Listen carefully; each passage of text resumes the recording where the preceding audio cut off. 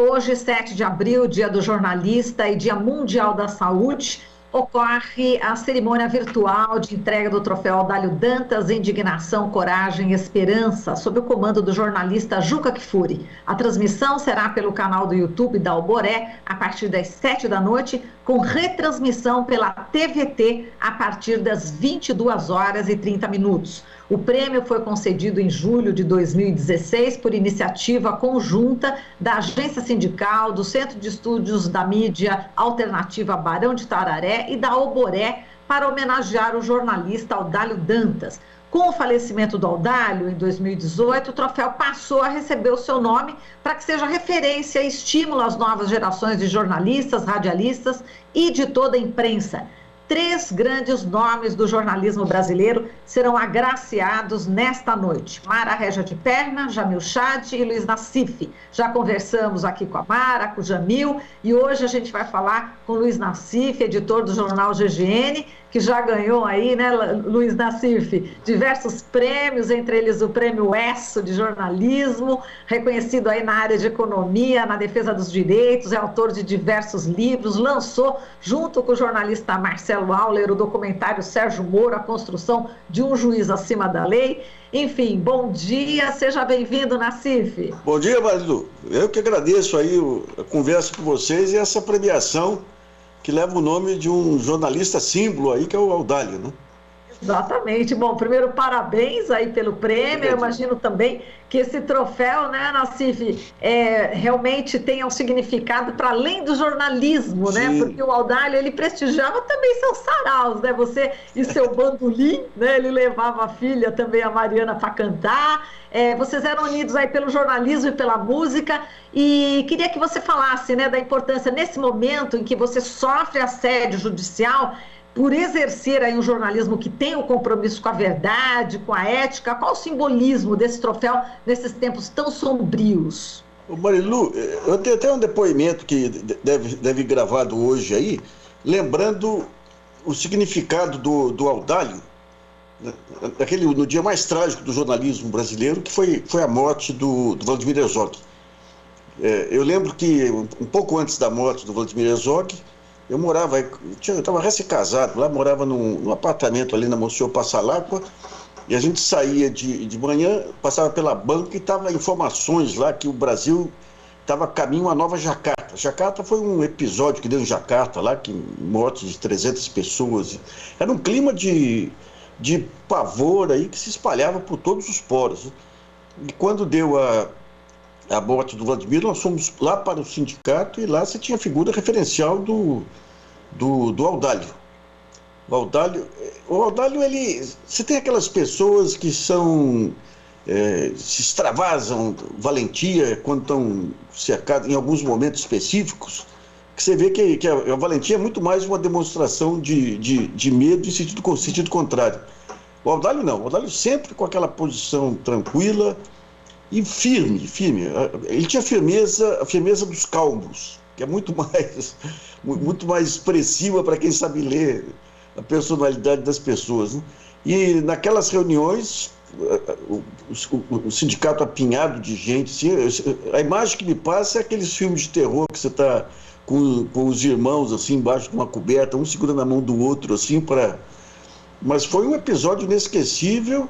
E de lá teve, agora não lembro quanto tempo depois, a famosa missa lá no Lago da Sé, com o Dom Paulo, aquela missa ecumênica lá que marcou a resistência efetivamente.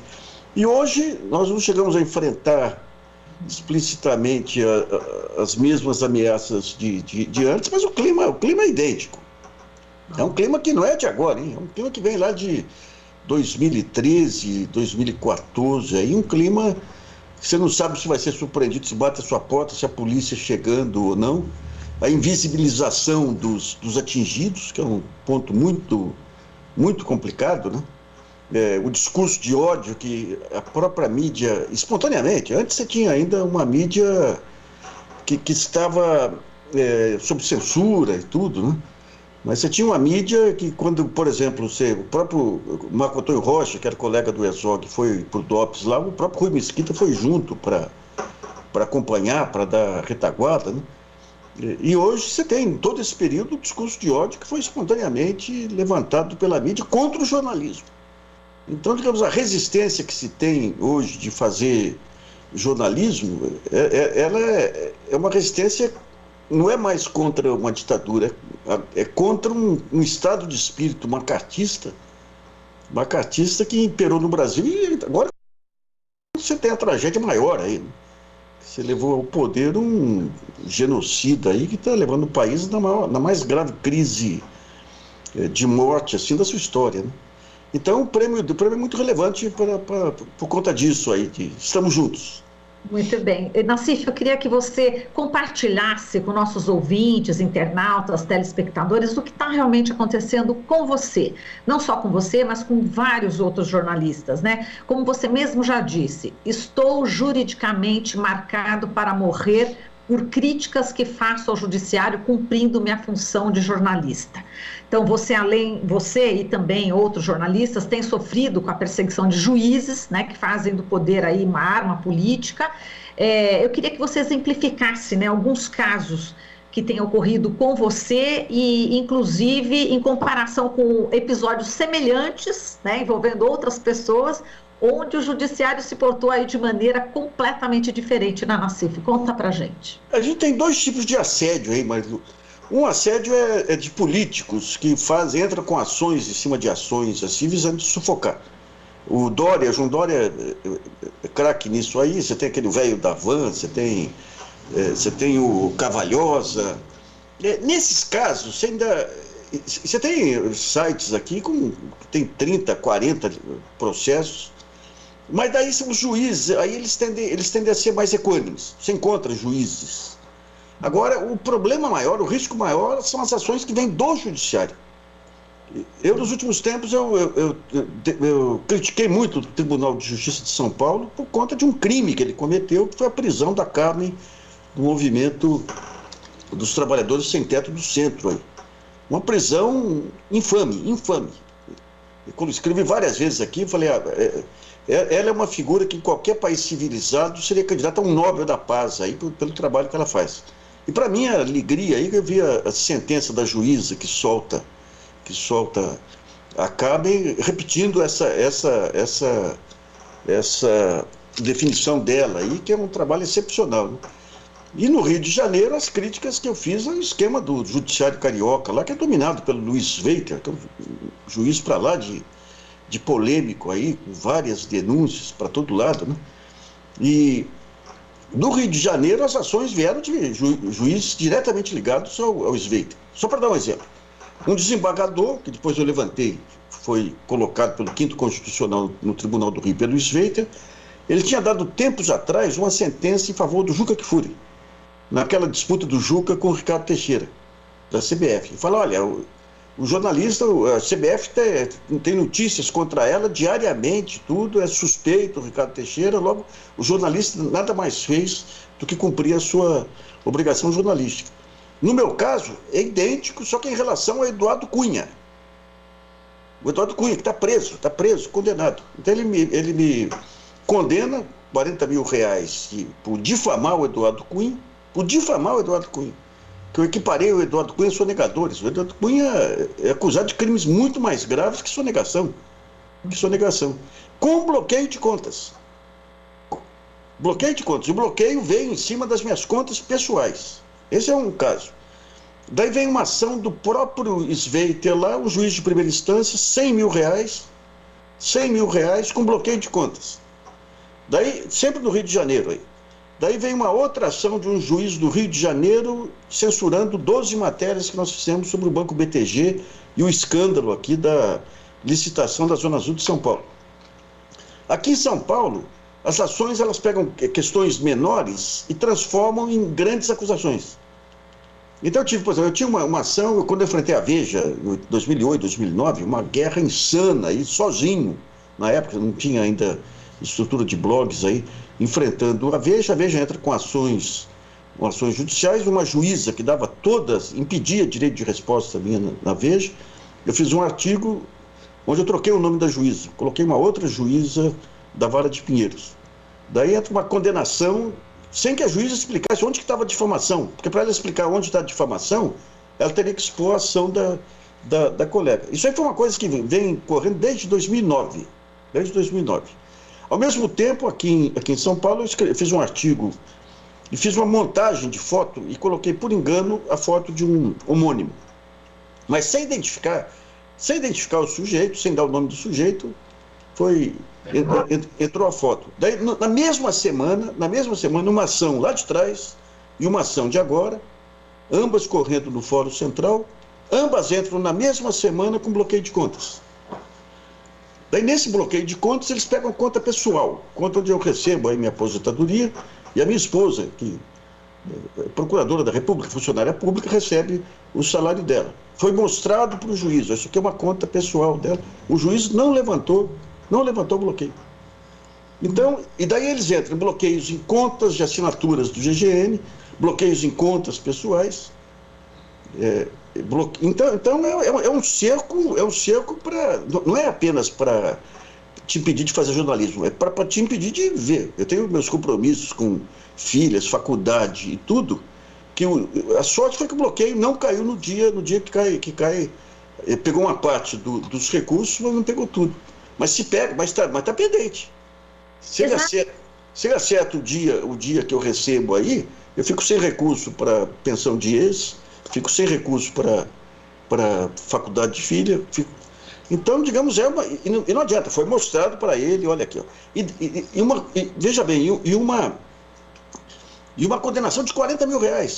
Mas não só para te dar um exemplo, a Record pegou um homônimo e taxou o sujeito de pedófilo numa rede de televisão nacional. O tribunal aqui condenou a Record em R$10 mil. Eu pego um homônimo, coloco no meio de uma montagem de foto, restrito, um blog restrito, vai querer comparar com uma televisão um blog restrito, onde nem o nome dele está dado com destaque. R$40 mil. Então, digamos, essa militância do judiciário, agora a sorte foi que por conta disso houve uma grande movimentação, montaram um grupo de WhatsApp, os amigos e amigas de Luiz Nassif, e daí eu tive, aliás, gozado, na montagem do grupo, vieram 5 pessoas que foram os que montaram o grupo, as 5 pessoas foram alvos de crimes da imprensa e eu defendi em vários momentos da minha vida jornalística. Porque desde os anos 90 eu sempre me coloquei contra esses abusos da mídia, esses massacres. Eu fui o primeiro a denunciar, reverter o caso da escola base, o caso do Bar Bodega. Eu sempre coloquei do lado das vítimas da imprensa. Para mim, a alegria eram 5 pessoas que, em algum momento da vida delas, foram alvos aí dessas campanhas infames e eu fui o único que saí em defesa dessas pessoas. Né? Então, digamos, todo esse movimento e mais essa premiação mostra que, assim como nos anos 70, ninguém solta a mão de ninguém. Ai, que lindo. Imagino, enfim, o sofrimento também que tudo isso leva, né, Nassif? Porque não é fácil esse enfrentamento, né, com o judiciário. Como é que fica também esse lado psicológico, além, logicamente, do bolso e que afeta a sua sobrevivência, da sua família, do site, enfim, de outras pessoas que dependem também desse trabalho? Deve estar sendo realmente um momento muito difícil, né, Nassif? Está muito difícil. Para minha sorte, eu me casei com uma guerreira também, que é a Eugênia Gonzaga, procuradora de direitos humanos aí. Eu tenho uma filharada que... Quando eu comecei a guerra com a Veja lá atrás, eu sabia tudo que viria pela frente. Chamei as filhas, falei, vou começar uma guerra que vai afetar vocês. E elas deram todo o apoio. E no GGN nós temos uma equipe muito aguerrida, estamos sofrendo problemas enormes aí de ataques hackers também. Estamos enfrentando, foi 1 mês e meio, o site praticamente fora do ar, mas é uma moçada, só mulheres. É uma moçada muito aguerrida, muito solidária também. Sabe? Então, a única coisa que causa muito, já há algum tempo, é o seguinte: os grandes golpes que se dão no país são golpes complexos. Na área financeira, na área de licitação, que nem esse do BTG. Nos anos 90, como eu era especialista, acompanhava o mercado financeiro, era especialista, eu decifrava esses golpes, eu denunciava esses golpes. Fui afastado da Folha por conta disso. O rompimento com a Folha vem por conta de denúncias que eu tinha feito justamente ao Banco BTG, que se tornou sócio da UOL na época, lá no mesmo período. No mesmo período, o meu pescoço entrou na negociação. E daí a imprensa, até na Lava Jato, ela criou uma forma de defesa das jogadas, quando você tem esse grande pacto que vem de 2005, que é invisibilizar as denúncias. Então você pega o que está acontecendo com a Vaza Jato aqui, grande parte das denúncias, sem ter os elementos de ter o diálogo revelado, nós já fizemos aí anos atrás. Imprensa, Ministério Público, Judiciário, o que eles fizeram para dar todo o gás para Vaza Jato? A invisibilização das denúncias. Então você vê as grandes tramóias ocorrendo aí e sem defesa. Porque a imprensa ela se tornou, com a crise do modelo de mídia, sem saída para os novos caminhos, ela se tornou dependente dos grandes financistas, dos bancos de investimento, dos Daniel Dantas da vida, dos André Esteves da vida, né? Então você tem um país em que não é defendido pela imprensa. Ela agora cumpre um papel relevante na pandemia, defendendo aí as medidas médicas necessárias, tudo aí, mas as grandes jogadas, o que estão fazendo com o país hoje de negociata em todos os campos, é escandaloso. É escandaloso com consequências terríveis para o futuro, né? A destruição das empresas, a destruição da Petrobras, os negócios da privatização. E você não tem uma imprensa que faça essa defesa, e quem faz a defesa é invisibilizado. Exatamente. Bom, Nassif, eu quero agradecer aqui a sua entrevista, te parabenizar. Nós temos muito orgulho do seu trabalho aqui na Rádio Brasil Atual, na TVT, eu particularmente, e vários colegas aqui, jornalistas, que são seus admiradores, e tenho certeza, ouvintes, internautas e telespectadores. Parabéns pelo troféu Audálio Dantas, parabéns pela sua garra, pela sua indignação, pela sua coragem e também pela sua esperança aqui de dias melhores. Um forte abraço, a gente vai acompanhar a transmissão hoje às 19h pelo YouTube da Alboré, depois vai ser repetido às 22h30 aqui na TVT. Parabéns, viu, Nassif? Forte Obrigado, abraço. Malu. Grande abraço para você. Até mais. Tchau, tchau. Aqui você ouve as notícias que os outros não dão. Jornal Brasil Atual.